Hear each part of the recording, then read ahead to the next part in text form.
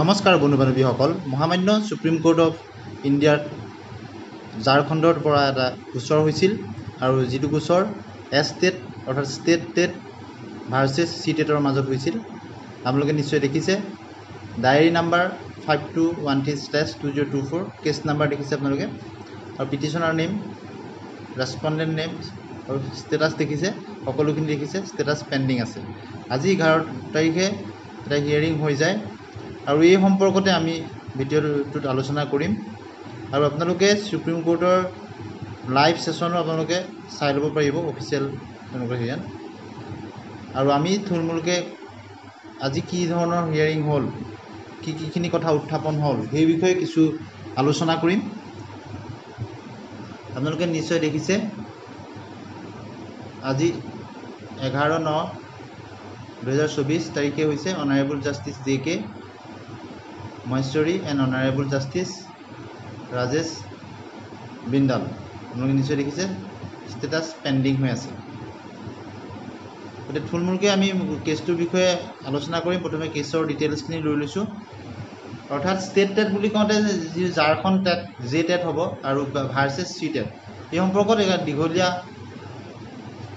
এক হিয়াৰিং হৈছিল ঝাৰখণ্ড উচ্চ ন্যায়ালয়ত আৰু য'ত টেটৰ প্ৰাৰ্থীসকল তেওঁলোক জয়ী হৈছিল অৰ্থাৎ ঝাৰখণ্ড উচ্চ ন্যায়ালয় ঝাৰখণ্ড হাইকোৰ্টে টেটৰ সপক্ষে ৰায়দান দিছিল আৰু তাতে অসন্তুষ্ট হৈ ঝাৰখণ্ড টেটৰ প্ৰাৰ্থীসকলে মহামান্য সুপ্ৰিম কোৰ্টত এটি গোচৰ ধৰে আৰু সেই গোচৰৰ হিয়াৰিং আজি হৈ গৈছে গতিকে আজি আমি সকলোখিনি দিশ আলোচনা কৰিম আপোনালোকে নিশ্চয় জানে যে অসম চৰকাৰৰ ক্ষেত্ৰতো তেনেদৰে অসম টেট আৰু টেট সকলোৱে বৰ্তমান নিযুক্তিৰ সুযোগ পাইছে অসম চৰকাৰে যোৱা নিযুক্তিটো টেটক মান্যতা দিছে কিন্তু ঝাৰখণ্ডৰ ক্ষেত্ৰত ঝাৰখণ্ড চৰকাৰে যিটো ষ্টেট টেট তেওঁলোকক প্ৰিফাৰেঞ্চ দিছিল আৰু টেটসকলক অনুমতি দিয়া নাছিল তাতে টেটসকলে হাইকোৰ্ট কৰিছিল আৰু হাইকোৰ্টত তেওঁলোক জয় হোৱাৰ কাৰণে টেট প্ৰাৰ্থীসকলক সুযোগ দিবৰ কাৰণে হাইকোৰ্টে অৰ্ডাৰ দিছিল আৰু তেওঁলোকক সুযোগ প্ৰদান কৰা হৈছিল আৰু পিছত সেই টেটৰ প্ৰাৰ্থীসকলে সুপ্ৰিম কোৰ্ট কৰে আৰু তাত সকলোখিনি কথা উত্থাপন কৰা হয় ঝাৰখণ্ডৰ ক্ষেত্ৰত যি ঝাৰখণ্ড ষ্টেট টেটৰ সপক্ষত মহামান্য অধিবক্তাই তেখেতলোকৰ সবল যুক্তি তেওঁলোকে দাঙি ধৰিছে বিশেষকৈ ঝাৰখণ্ডৰ ক্ষেত্ৰত আপোনালোকে জানে বিভিন্ন ধৰণৰ জনজাতীয় ভাষা কিছুমান আছে তাত ৰিজনেল লেংগুৱেজৰ ক্ষেত্ৰতো আছে ভেৰাইটিজ অৰ্থাৎ তাত নিযুক্তিৰ ক্ষেত্ৰত এই জনজাতীয় বা লোকেল লেংগুৱেজৰ ক্ষেত্ৰত কিছু প্ৰাধান্যৰ কথা যে দিব লাগে আৰু টেটত সেই জনজাতীয় ভাষাসমূহ অন্তৰ্ভুক্ত নহয় তেনেকুৱা ধৰণৰ প্ৰসংগ কিছুমানো টেটৰ হৈ মহামান্য অধিবক্তাই দাঙি ধৰিছে ঠিক একেদৰে জিলাভিত্তিক যি ভেকেঞ্চি সেই ভেকেঞ্চিৰ বিষয়েও কোৱা হৈছে আৰু অঞ্চল অনুযায়ী ভাষাৰ সেইবিলাক বেলেগ বেলেগ গতিকে টেটৰ প্ৰাৰ্থীসকলক দিলে সুবিধা হ'ব এনেধৰণৰ কথা আৰু RT এক্টৰ মতেও কিছু প্ৰসংগ অনা হৈছে 1 to 5লৈকে মিনিমাম কোৱালিফিকেশ্যন বা টেটৰ কাৰণে গাইডলাইন এই সকলোখিনি কথা আলোচনা কৰা হৈছে ঠিক একেদৰে টেটৰ হৈও সন্মানীয় অধিবক্তা মহোদয়ে তেওঁ সবল যুক্তি আগবঢ়াইছে যে 2016 চনৰ পৰা ঝাৰখণ্ডত কোনো নতুনকৈ ষ্টেট টেট বা টেট পতা হোৱা নাই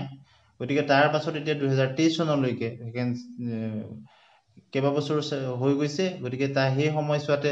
DLED পাছ কৰা বা BEd পাছ কৰা বহুখিনি প্ৰাৰ্থী ওলাইছে গতিকে যিহেতু টেট হোৱা নাই গতিকে টেটসকলক প্ৰাধান্য তেওঁলোককো সুযোগ দিব লাগে এনেধৰণৰ কথা আহিছে গতিকে ফাইনেল জাজমেণ্ট অহা নাই আৰু এই টেটৰ হৈ অধিবক্তা তেওঁলোকৰ সবল যুক্তি দিছে ঠিক একেদৰে টেটৰ হৈও দিছে আৰু টেটৰ ক্ষেত্ৰত এডভান্টেজ পজিশ্যন এটা যে হাইকোৰ্টত তেওঁলোক জয়ী হৈ আহিছে কিন্তু সুপ্ৰিম কোৰ্টৰ ক্ষেত্ৰত তেনেধৰণৰ কথা নহয় সকলোখিনি দিশ চালি জাৰি চাই পৰৱৰ্তী এটা শুনানি ডেট পুনৰ দিব গতিকে এই সম্পৰ্কত আজি এইখিনি আপডেট আপোনালোকলৈ আগবঢ়াই দিলোঁ আৰু যদি কিবা কাৰণত টেটখিনি আঁতৰি যায় তেতিয়া টেটৰ লাখ লাখ প্ৰাৰ্থী কিন্তু কেৱল ঝাৰখণ্ডৰ ক্ষেত্ৰতে নহয় সমগ্ৰ ভাৰতবৰ্ষতে বঞ্চিত হ'ব আৰু অসমৰ ক্ষেত্ৰতো যি এতিয়া বৰ্তমান চিটেটক প্ৰাধান্য বুলি নহয়, চিটেটকো সুযোগ দিছে। আৰু কিয়নো বহু বছৰ অসম টেট হোৱা নাই, আৰু অসম চৰকাৰে যিহেতু শিক্ষামন্ত্ৰী মহোদয়ে ঘোষণা কৰিছে যে প্ৰতি বছৰে দুবাৰকৈ চিটেট হয়, গতিকে চিটেটসকলকো মান্যতা দিয়া হৈছে, সুযোগ দিয়া হৈছে আবেদনৰ। গতিকে ঝাৰখণ্ডৰ ক্ষেত্ৰত এই যিটো গোচৰ চলিছে এছ টেট আৰু চি টেটৰ মাজত, ষ্টেট টেট আৰু চি টেটৰ মাজত, ইয়াৰ যিটো ফাইনেল জাজমেণ্ট হ'ব, সি কিন্তু সমগ্ৰ ভাৰতবৰ্ষতে প্ৰভাৱ বিস্তাৰ কৰিব। এতিয়াই ক'ব পৰা নাযাব কাৰ যুক্তি সবল বা কাৰ পক্ষে ৰায়দান আহিব। গতিকে পৰৱৰ্তী ইয়াৰ সময়ত যি আপডেট আহিব আপোনালোকক জনাবলৈ চেষ্টা কৰিম। আজি কোনখিনি কথা কোৱা হ'ল তাৰ এটা থুলমূল আভাস আপোনালোকলৈ দিলোঁ। আপোনালোকে সুপ্ৰিম কোৰ্টত গৈ ইয়াৰ ডায়েৰী নাম্বাৰটো মাৰি ইয়াৰ কেছৰ লাইভ ছেশ্যনো আপোনালোকে তাৰ চাব পাৰিব অফিচিয়েল চেনেলত। সকলোখিনি যথেষ্ট দীঘলীয়া হয়, গতিকে থুলমূল কিছু কথা আপোনালোকলৈ ক'লোঁ। আৰু চি টেটৰ প্ৰাৰ্থীসকলে ভয় খাবলগীয়া কোনো কাৰণ নাই বুলি আমি ভাবোঁ, কিয়নো অসম চৰকাৰৰ ক্ষেত্ৰত যদি আমি চাওঁ, শিক্ষামন্ত্ৰী মহোদয়ে স্পষ্টভাৱে কৈছে যে প্ৰতি বছৰে দুবাৰকৈ চি টেট হয়, গতিকে চি টেটৰ প্ৰাৰ্থীসকলক মান্যতা দিয়া হৈছে, আবেদনৰ সুযোগ দিয়া হৈছে। গতিকে বৰ্তমান সময়লৈকে কোনো চিন্তাৰ কাৰণ নাই। আৰু অসম টেটৰ ক্ষেত্ৰতো অসম টেটৰখিনিও আবেদন কৰিছে, চি টেটৰখিনিও আবেদন কৰিছে। গতিকে বৰ্তমান সময়লৈকে যিটো কোনো ফাইনেল জাজমেণ্ট অহা নাই, গতিকে কোনো চিন্তা কৰিবলগীয়া কোনো কাৰণ নাই বুলি আমি ভাবোঁ। গতিকে এই জাজমেণ্টটোৱে কিন্তু পৰৱৰ্তী সময়ত যথেষ্ট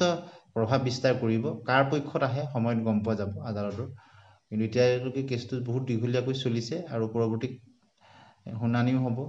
এইদৰে সকলো পক্ষ শুনাৰ পিছত ফাইনেল জাজমেণ্ট এটা আহিব। যিদৰে NISৰ ক্ষেত্ৰত ফাইনেল জাজমেণ্টটো এক যুগান্তকাৰী পদক্ষেপ গ্ৰহণ কৰিলে, ঠিক একেদৰে এই এছ টেট VS চি টেটৰ যিটো গোচৰ সুপ্ৰিম কোৰ্টত চলিছে, গতিকে ই পৰৱৰ্তী সময়ত কিন্তু এটা গুৰুত্বপূৰ্ণ ভূমিকা গ্ৰহণ কৰিব।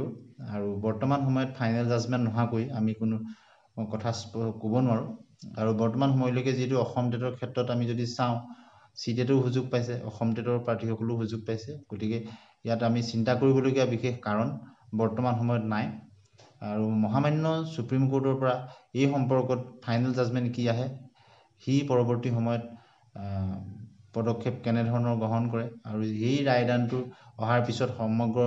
ৰাজ্যসমূহলৈ তাৰ কপি প্ৰেৰণ কৰিব। গতিকে কাৰ পক্ষত আহে, চি টেটৰ পক্ষত আহে নে ঝাৰখণ্ড টেটৰ পক্ষত আহে, সময়ত আমি সকলোখিনি গম পাম। আৰু এনেধৰণৰ আপডেট আমি আপোনালোকক দিবলৈ চেষ্টা কৰিম। খুব গুৰুত্বপূৰ্ণ কথা, কিয়নো